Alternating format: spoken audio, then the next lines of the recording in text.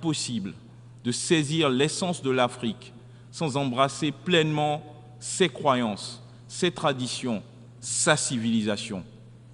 C'est dans cet esprit que le Bénin, terre-mère de la culture vaudou, a pris l'initiative de corriger les perceptions négatives sur cette culture, notre culture.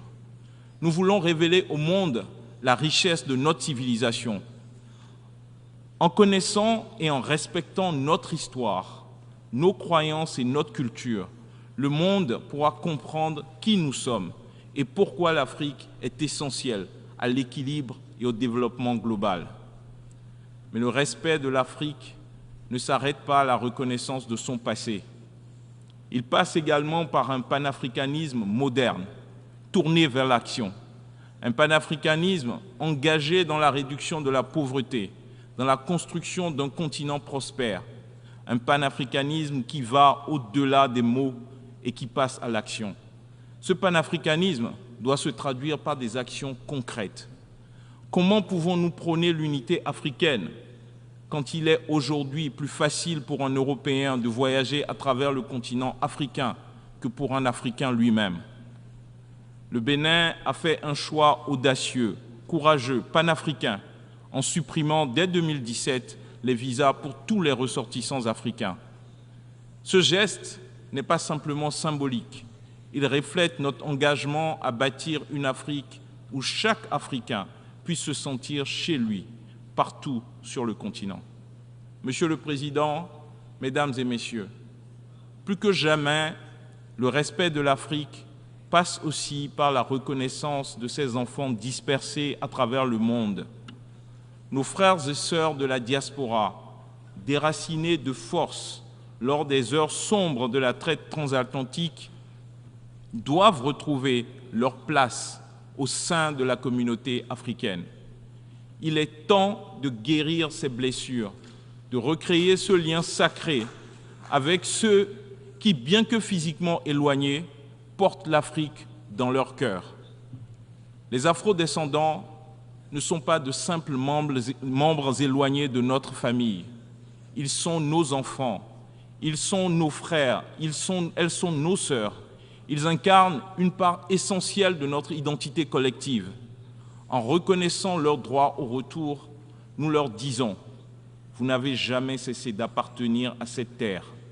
L'Afrique est votre foyer et nous vous attendons les bras grands ouverts. » 2024 marque la fin de la première décennie internationale des personnes d'origine africaine.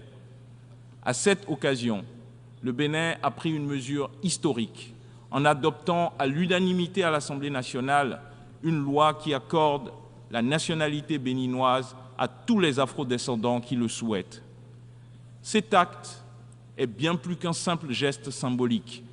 Il est une invitation à un avenir commun, un appel vibrant à l'unité et à la solidarité. Ensemble, Africains, afrodescendants du continent et de la diaspora, nous relèverons les défis de demain. Ensemble, nous bâtirons une Afrique forte, prospère et respectée. Monsieur le Président, Mesdames et Messieurs, le Bénin est prêt à tracer la voie vers une Afrique unie, une Afrique dynamique et ouverte sur le monde, une Afrique qui se prend en charge, une Afrique engagée pour réaliser son avenir. Le siècle de l'Afrique est à portée de main.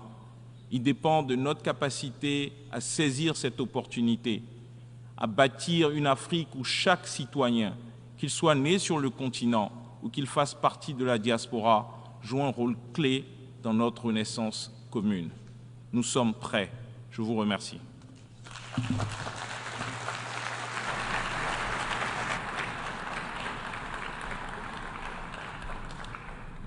I thank the Minister for Foreign Affairs of Benin.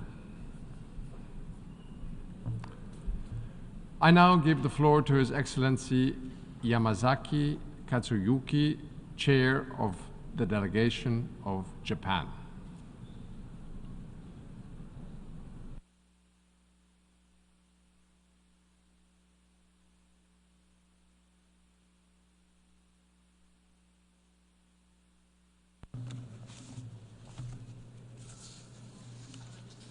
Mr. President, allow me to deliver this statement on behalf of the Prime Minister of Japan, Mr. Kishida Fumio.